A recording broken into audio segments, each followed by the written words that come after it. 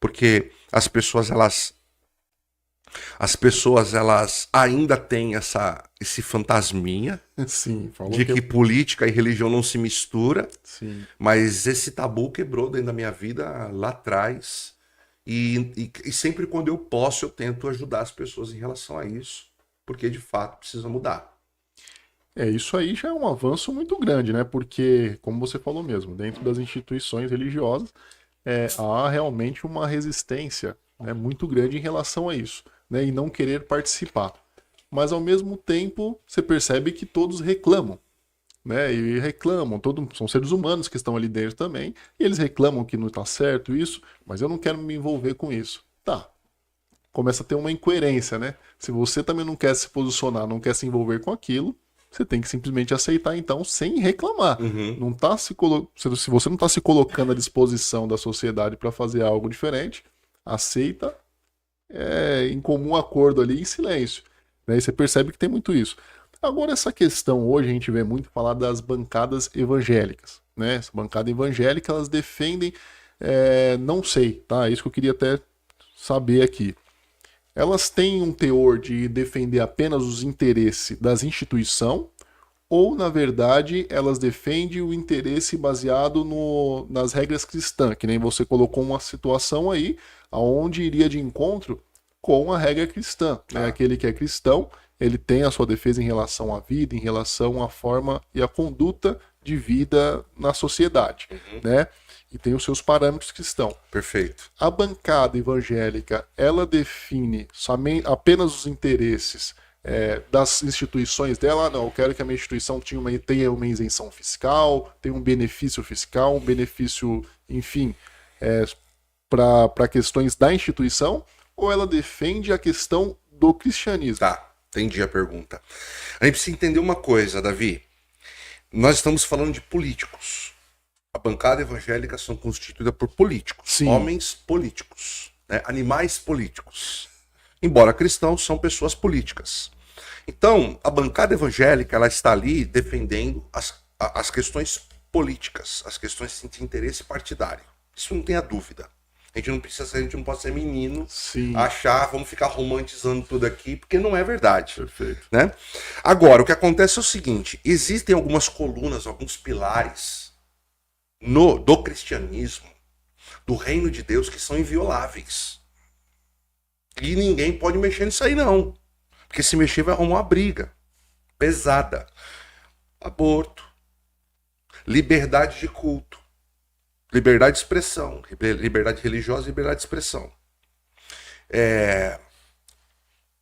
Alguns assuntos assim que, por exemplo, hoje são quentes, como esse que eu acabei de falar. Se mexer nisso, você está ferindo princípios que são invioláveis. Que aí já são além do jogo político. Vai além. Aí sabe o que você vai ver? Você vai enxergar essa bancada se unindo. Entendi. Automático, como se apertasse um botão. Apertei o botão, pum. O que aconteceu? Que esse cara ele era pró-governo, agora é contra. O que aconteceu? Nossa, porque as pessoas não podem analisar essa bancada somente com olhar político. Apesar de serem todos políticos. Porque quando existe ali a afronta em qualquer uma dessas colunas que são inegociáveis, você vai ver o pessoal se levantar, não vai ter jeito. Entendeu? Essa é como eu enxergo. Por quê? Porque eu sei que funciona assim. Você vê, sabe por quê? Olha, você tem Assembleia, você tem Batista, você tem comunidades, você tem Universal, você tem várias denominações. Sim. Certo? Muitas delas divergem na estrutura organizacional. E doutrinas, talvez. Doutrinas e usos e costumes. Isso. Beleza. Mas princípios e valores que são inegociáveis para uma é para outra também. Elas não divergem em princípios que são inegociáveis. Elas divergem em questões de usos e costumes e tal, administrativas, organizacionais, locais. Ok? Locais. É isso que acontece na própria bancada evangélica. Entendi. Defendem cada um os seus interesses políticos, porém, quando se fala do princípio cristão, tem-se uma unidade. Não tenha dúvida. Porque é questão de fé, poxa. Sim. É aquela história. Qual que é a ideia do meu partido? Meu partido está puxando para cá, eu vou junto. Até que a minha fé não seja atingida. Não, isso é extremamente importante e um divisor de águas, né? Precisa. Porque que acontece? Isso define um parâmetro aí e uma segurança até para aqueles que é cristão e talvez até um argumento forte para aqueles que ainda têm essa resistência, né? Entender que a política faz parte do ser humano. Imaginar que é necessário ter alguém que defenda isso e o caráter de quem defende ser assim discutível em relação a esses pontos.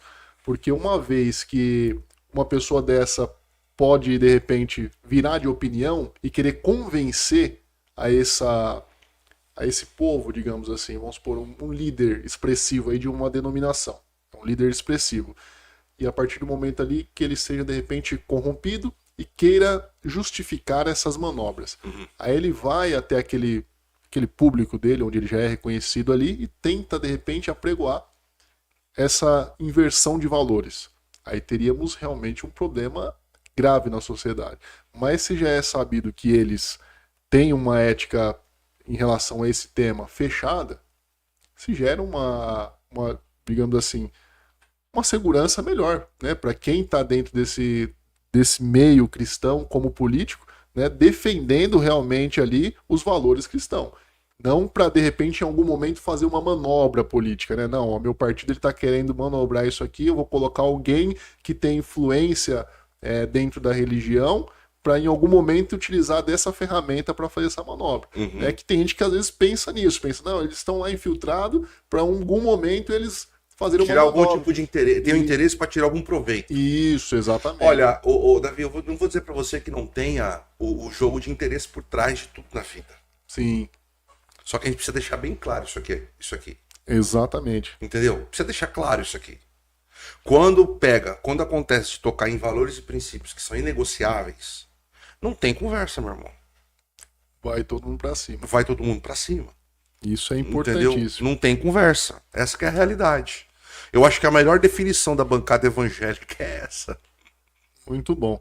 Agora você falou de alguns princípios aí. Falando em princípios, eu queria saber um pouco, se você tem algum conhecimento, sobre as questões das 7 esferas da sociedade. É legal esse assunto aí. Eu queria que você colocasse algum ponto em relação a isso, porque nós falamos aqui de alguns princípios indiscutíveis, né? E essa questão das 7 esferas da sociedade, ela é ligada em relação a alguma coisa desse sentido, de coisas que são padrões, isso não pode alterar, isso muda completamente a estrutura da sociedade, se mexer nesses pilares? Então, as 7 esferas, ela já é algo que ela vai além das 4 paredes da igreja. As 7 esferas é algo que acontece dentro e fora da igreja. Porque as 7 esferas é religião, até marquei aqui, religião, família, educação, governo e política, economia e negócios, arte e entretenimento e mídia. Certo. Essas são as 7 esferas. Vamos imaginar que são 7 pilares que sustentam uma estrutura. Essas 7 esferas, elas são pilares que sustentam toda a sociedade, ocidental pelo menos, aqui do nosso ocidente. Você não vai encontrar isso no Oriente Médio, em países e nações que têm governos totalitários. Tá. Você não vai encontrar. Isso é questão ocidental. O Ocidente ele foi completamente construído pelos valores e princípios cristãos. Todo o Ocidente, basicamente. Então, todas essas colunas das 7 esferas, elas são pilares que foram estabelecidos através do ensinamento bíblico, inclusive. Porque a Bíblia você vai ver religião, obviamente, na Bíblia você vai encontrar família, na Bíblia você vai encontrar a educação, na Bíblia você vai encontrar o governo e a política. Ah, não tem nada a ver política com religião. Como não? Davi era rei. Jesus, quando morre, ele é sepultado num túmulo cuja qual ninguém havia sido sepultado. Por quê? Porque ele tinha um amigo chamado José de Arimateia, que era quem? Era um senador da República daquela época. Então ele tinha sua influência, que de fato ele teve ali a influência de pegar o corpo de Jesus e sepultar num túmulo novo, como diz a própria palavra, né? Então você tem ali Gideão, né? Quando lá em Juízes 9 tem a história de Gideão, que você vê claramente a importância daqueles que têm chamado, daqueles que têm expertise para a política, se posicionar Então você vê o quê? Economia e negócio. Você vê economia na Bíblia também, quando José administrou o Egito. Sim. Quando houve 7 anos de vacas gordas e 7 anos de vacas magras. O que foi aquilo ali?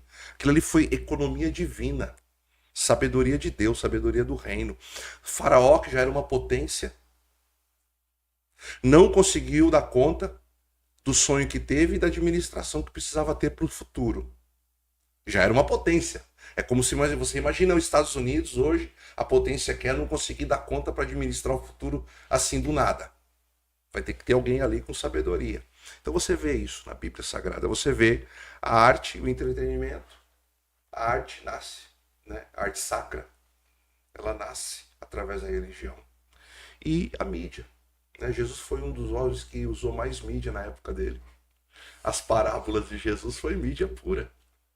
Ah, é? Como que foi essa história? Essa eu não conheço. A mídia, as parábolas de Jesus, poxa. Quando Jesus contava uma parábola, era ele colocando para as pessoas, né? E saiu o semeador a semear. Parte da semente cai pelo caminho, a outra parte cai entre as pedras, outra parte cai entre espinhos e outra parte cai em terra boa. O que é a semente? A semente é a palavra, né? A ministração da palavra. Parte dela vai cair em coração bom, outra parte vai cair em coração ruim, coração confuso, coração perdido.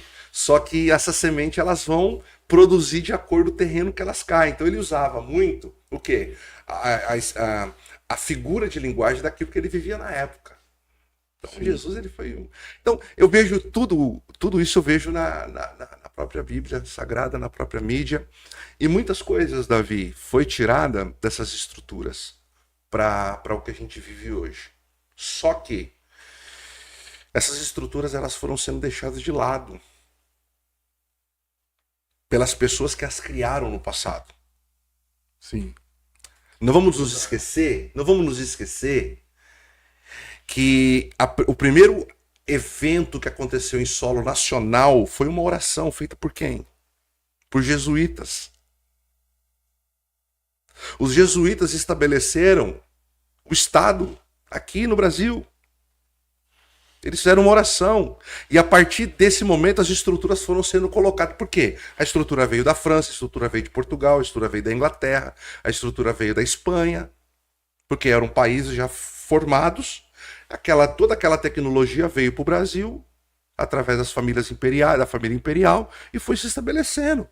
Tudo isso aqui. Só que vamos entender uma coisa aqui. A coisa ela foi se perdendo com o tempo. E é necessário, na minha visão, que a igreja se aprofunde novamente a isso aqui. Que a igreja levante pessoas para representar na educação, para representar nos negócios, para representar na economia, para representar na mídia, nos governos. A igreja precisa.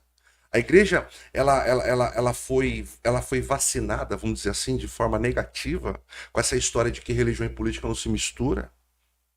Bobagem total. Você entende isso? O Brasil tem outro problema também. Política, religião e futebol não se discute. Meu amigo, eu gosto de futebol, mas só que dá para viver sem futebol. Mas não dá para viver sem política.